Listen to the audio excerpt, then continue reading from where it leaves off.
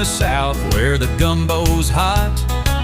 We talk ball grit and give it all we got.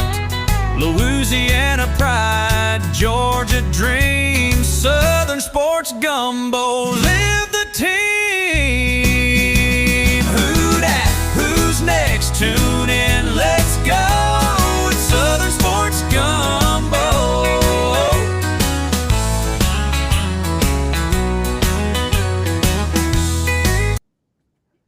All right, guys, welcome to a Thursday night episode here at Southern Sports Gumbo. We are talking SEC football once again.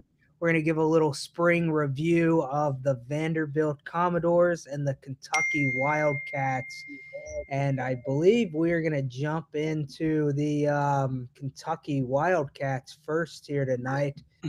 I know Kevin's got plenty to say about the new look Wildcats this year.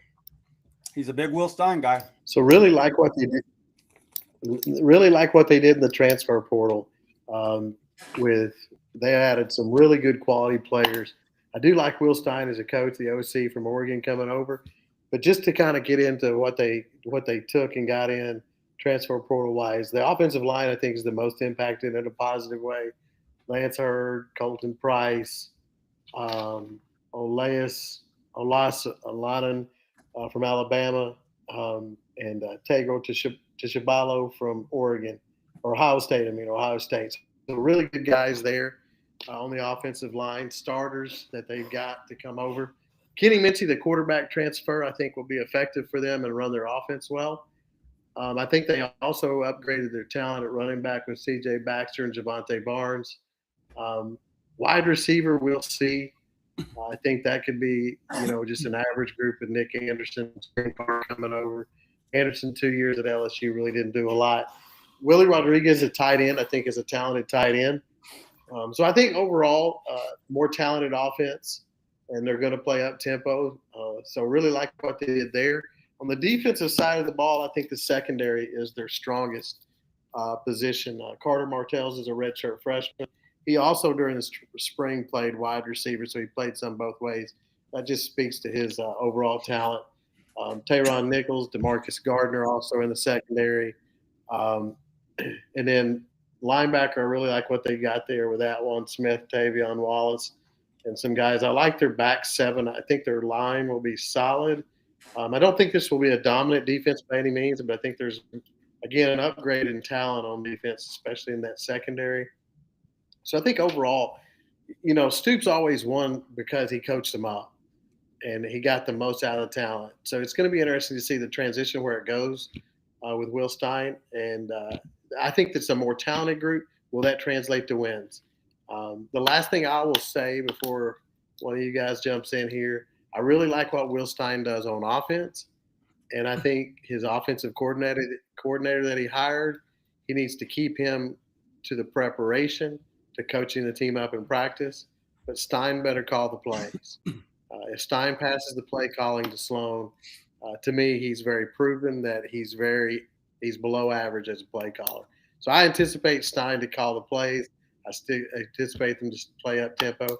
I think Sloan's role in this will be more about execution and coaching the team up in practice. What do either one of you guys have? No, if Sloan can coach up and have luck he did with Jaden Daniels, that'd be really fantastic for Minchey and that whole quarterback room there.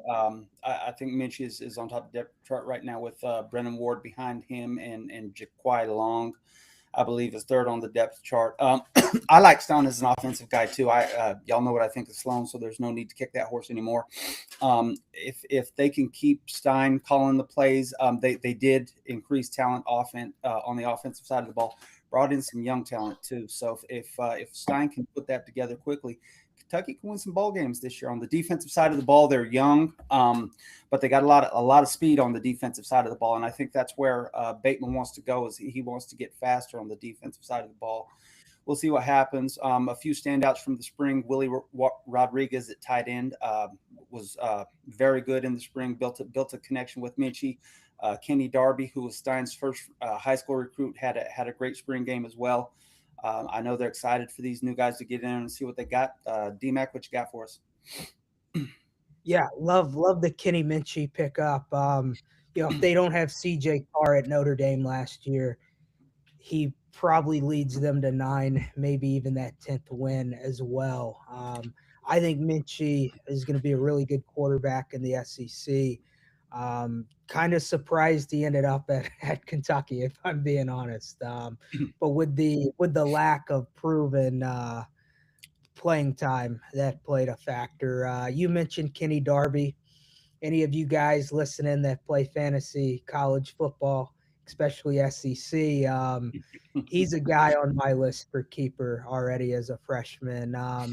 You look over at their defense, they bring a lot of guys back. I know you touched on their defensive backfield, Kevin. I like their linebacker room a little bit too, and Godfrey Smith and then Sam Green at defensive end, a guy who I thought was going to be a bigger piece last year, transferring from USC. But I think he's poised for a solid season. And then, you've got Humphrey Grace on the other end there. I like the Ahmad Bro pickup as a role player. He was a solid rotational piece at LSU. So I believe, probably moving into the same role he was in at LSU the last couple of years. I think that's a solid pickup. And then Jordan Castell, the safety from Florida, I think is going to be a really good rotational piece for him on defense too, behind Ty Bryant. So I like what they did in the portal. I liked some of the pieces they have coming back too on that defense.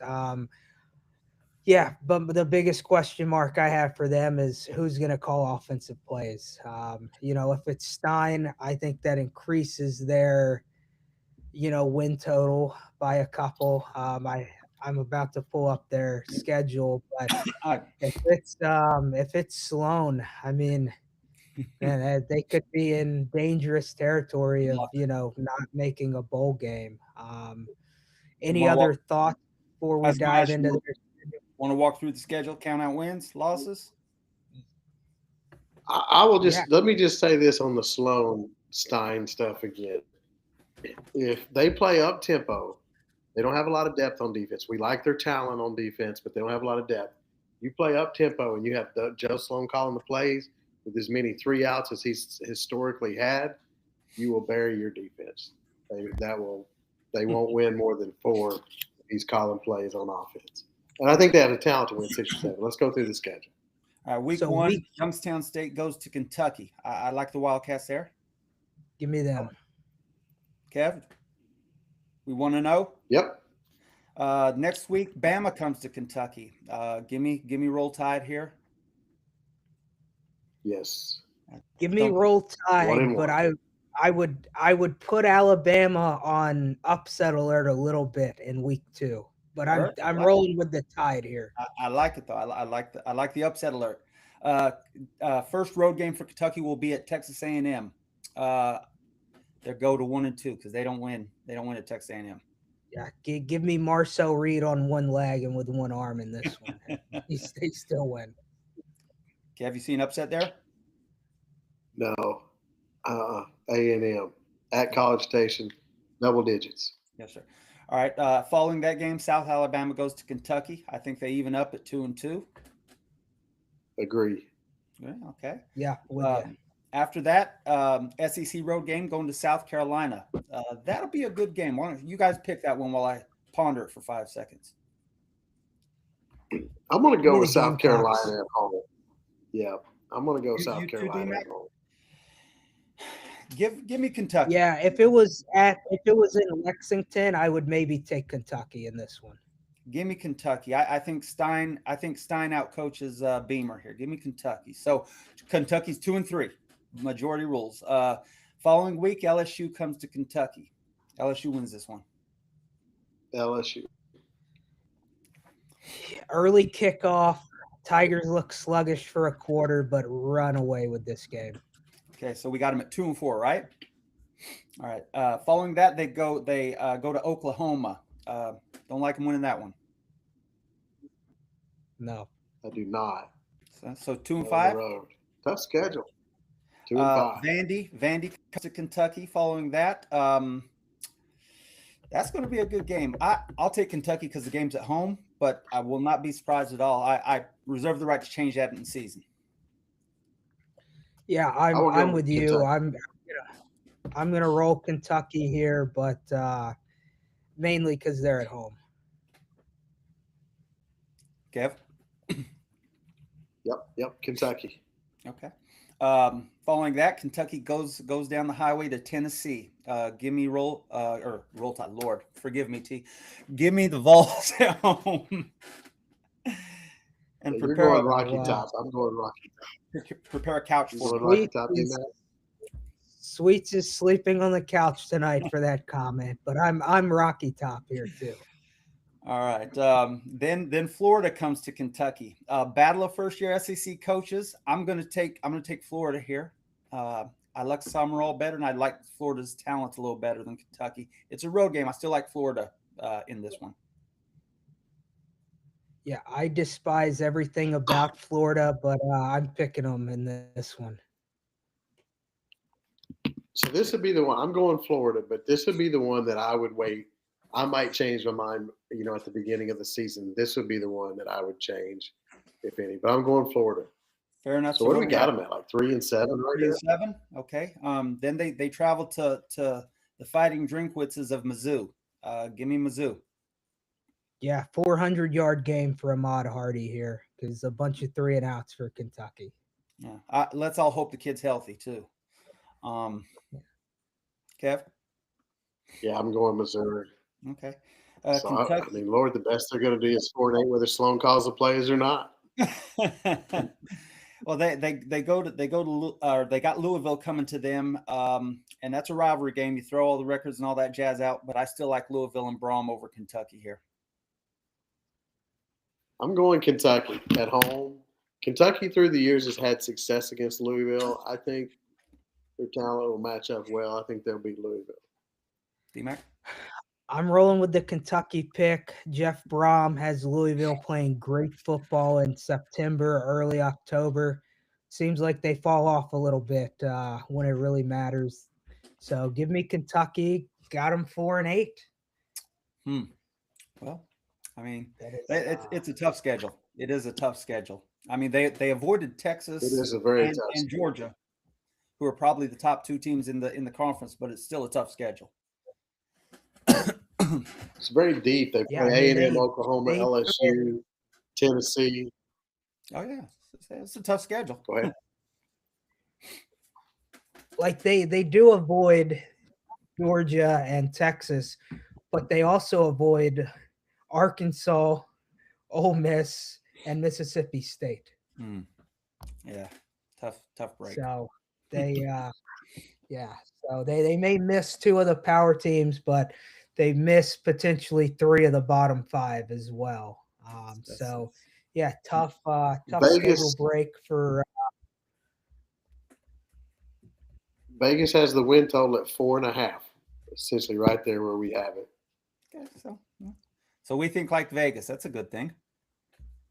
Yeah, I actually like the under there big time because there's one of those games we have them winning that could go either way. So yeah, there's a couple that could go either way. Yeah, I would take the under today. We'll see. That's why they play the games. That's why they play the games. Cool. D-Mac, that is going to be on Vandy. Yeah, that is going to bring us to the Vandy boys. That's what they call their baseball guys. But with win totals, Vandy football may be able to equal baseball's win total. So there we go. Headlined with Jared Curtis, big 5-star quarterback coming in. Movie star, going to be in a movie called Breadwinner. In a town like Nashville, after having a star like Diego Pavia, what more could you ask for than a 5-star movie star to be quarterback for you? So, I obviously they'll have a little bit of a downtick or maybe a major downtick in quarterback production year one, but this guy's going to be really good. You flip over to their wide receiver room. Junior Sherrill comes back. They added Ja'Cory Thomas. Denham Springs kid went to Walker High School, was at Old Dominion last year. He's going to be a really good piece for them. They brought in Cole Adams from Alabama as well. And then Bryson Coleman was on the team last year, redshirt sophomore this year.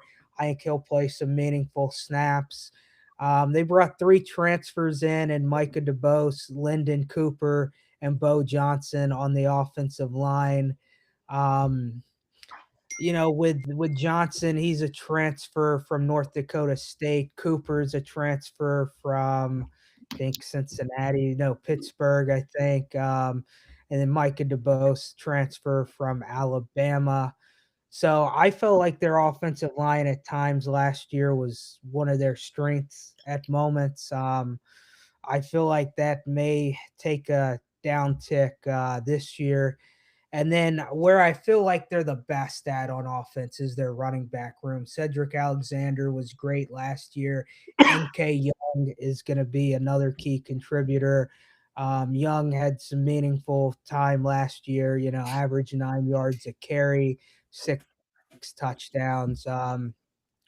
Defense, similar to when we talked about Kentucky, I think their defensive backs are their strong suit. CJ Hurd, really hard-hitting nickelback, Martell Height, Dante Carter, Ricardo Jones, who's a transfer from Clemson, and then Jordan Matthews, back again this year, transferred in from Tennessee the year before.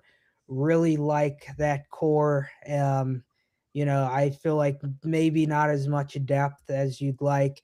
And then I do like Brian Longwell and Nick Rinaldi at linebacker. That gives them 2 solid pieces. But I feel like they lack a little bit of depth on the defensive side. Any thoughts, Sweets? Yeah, I like the direction that Vanderbilt's heading. Broadway Jared, huh? Go from Broadway Joe to Broadway Jared. I like the sound of it though. The kid is obviously a great talent. Had a rough spring game, went 5 for 13 for 88 yards, but freshmen are going to do that from time to time. I think that Vanderbilt is treading in the right direction. I know that the wideout from Nashville, the Sherrill kid, had a great spring. They were happy with him. Payne Daniel was their spring MVP, so they're happy with him.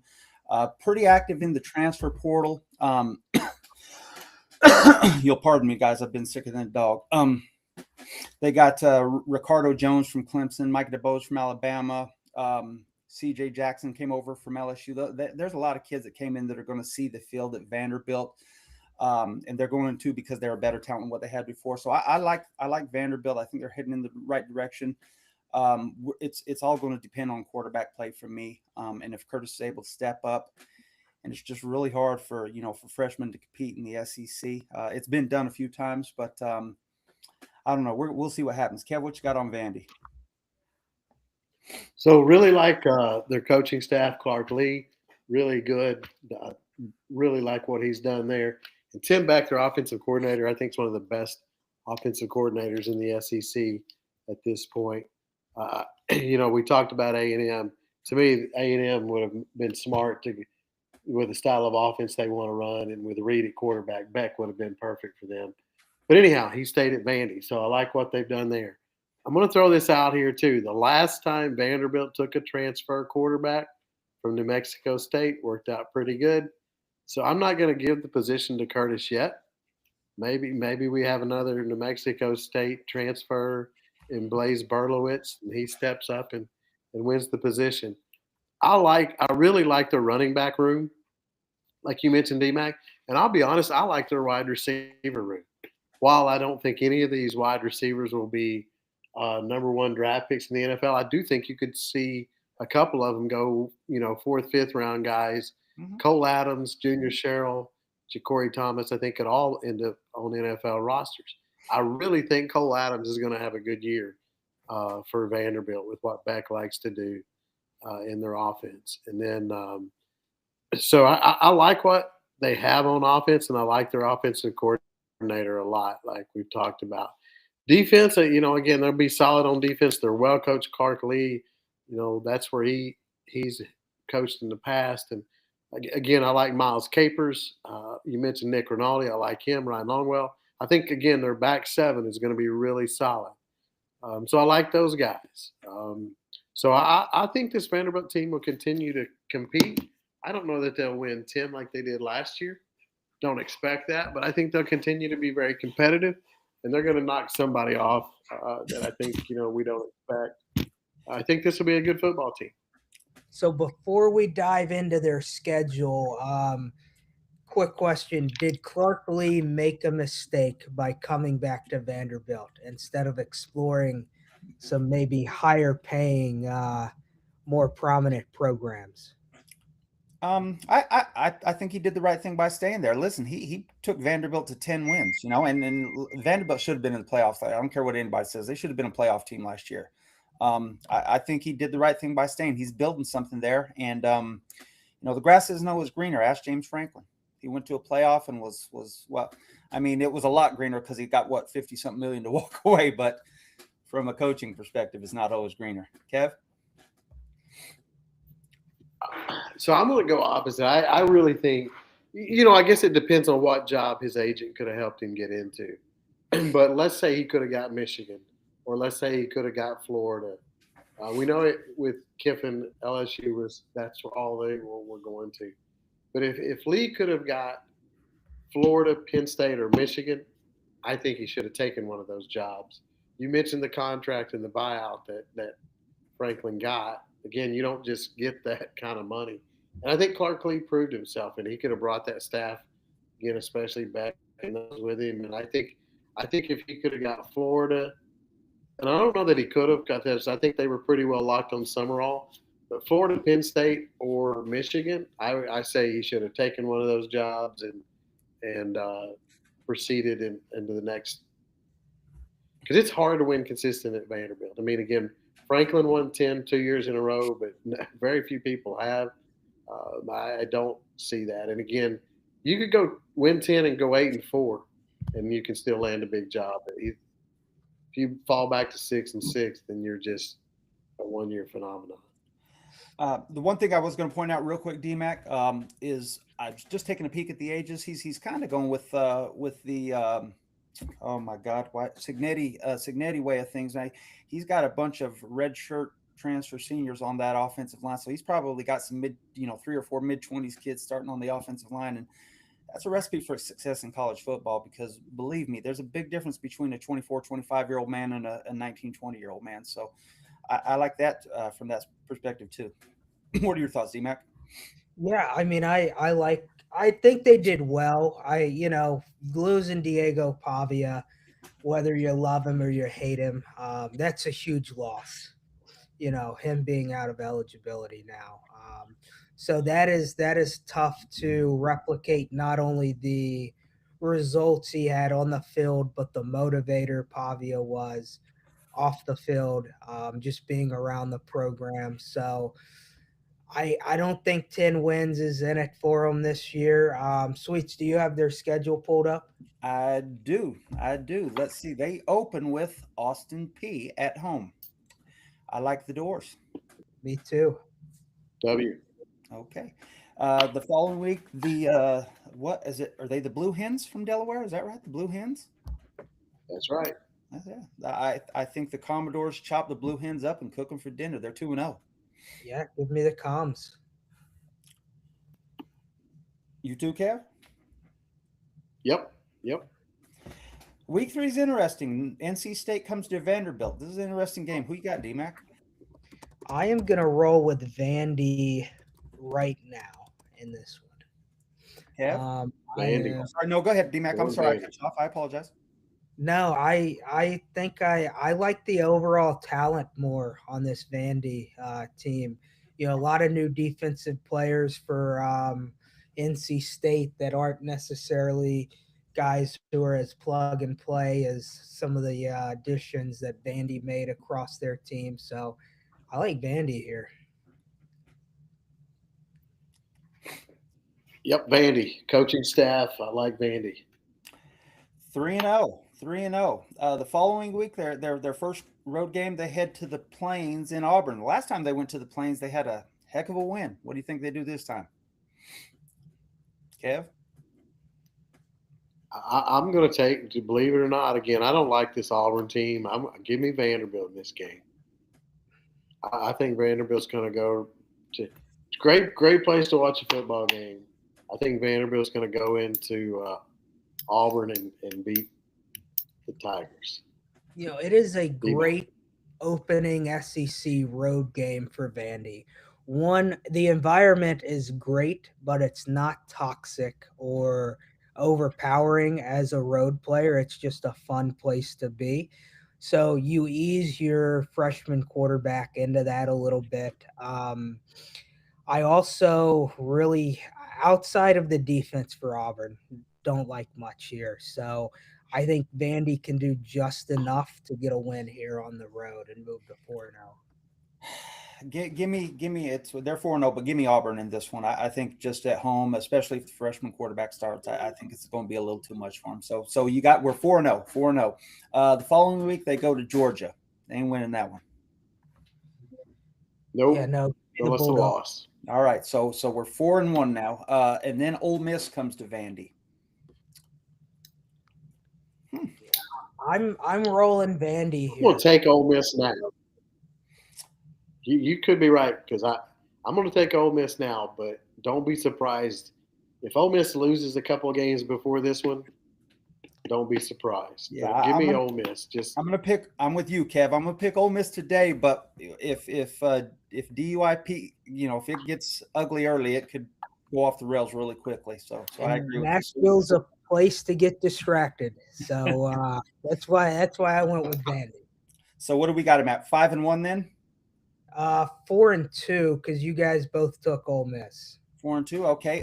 And then Arkansas comes to Vanderbilt. I like Vanderbilt. Beg pardon, Vanderbilt. Yeah, I think they're gonna be eating some pig on Broadway that night. Yum. 5-2. 5-2, and they go on the road to Kentucky. We talked about this one earlier. So I'm assuming we got to stay with that pick, right? Yeah, we all took Vandy, right? Yes. Yeah. So we're 6-2. The first week of November, they go to Mississippi State. This is an interesting game for me because I think Mississippi State's going to improve. But right now, I'm going to take Vanderbilt. I like Vanderbilt to go on the road and get that win. Kev?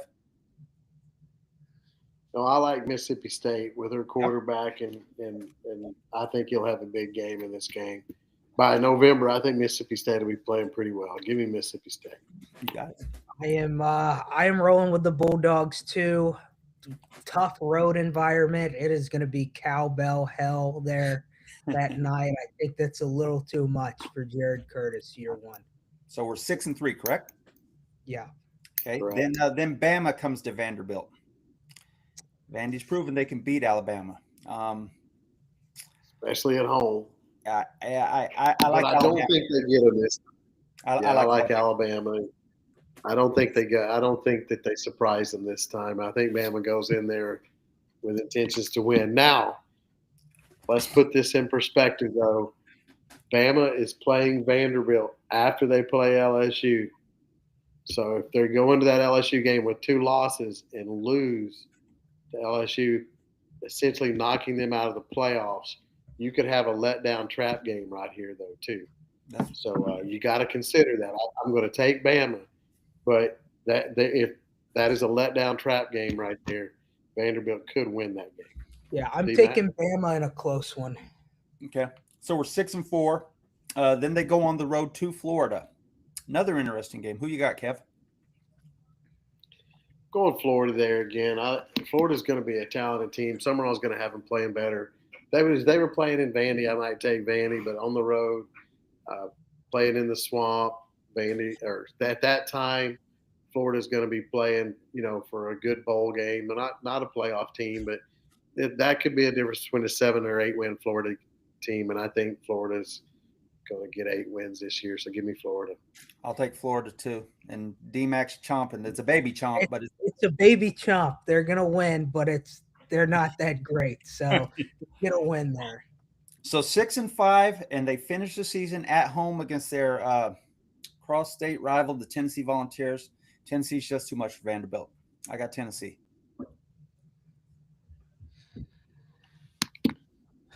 Don't everybody speak at This once. is a tough one for me. I'll This go is a tough first, one for me. Kevin. Again, I'll go first. You can be the Go ahead. deciding pick. I like the coaching staff in Nashville at Vandy a heck of a lot more than up at Rocky Top, aside from Jim Knowles, who I think is one of the best defensive coordinators there is. But I am rolling with the Commodores, and it is going to get to 7. They're going to get to 7 wins with this. Kev, is it going to be 6-7? What is it, baby? 6-7. Talk to me. 6-7. I'm going to go 6-7-7. I'm going with Vandy. Vandy was dominant last year at Tennessee. I just think Vandy's going to – I like that experience on the offensive line. I like their offense, and I just think coming into this game, what scares me for Tennessee at the end of the year is the depth. Tennessee depth on defense will be good. Knowles will be good. I don't know offensively if they've got enough depth to sustain a couple injuries in this game. And their quarterback situation's kind of unresolved, even though Heupel will coach a quarterback up. But give me Vandy in this one. T must be on the road right now because I haven't heard – my phone hasn't went off with her cussing you guys yet. So I was just about to say, with your comment earlier and ours there, we're all sleeping on the couch if it was up to T tonight. That's right. 100% on the couch. Nobody's invited. we got multiple couches. Tonight. There's all kinds of room, boys. Well, guys, any final thoughts on either of these teams before we wrap up for tonight? I don't think either team is in danger of being – Vegas has Vandy at 5.5. You say Take 5.5? the over. Vegas has Vandy at 5.5. I Take the over. Yeah. Over with Vandy, under with Kentucky.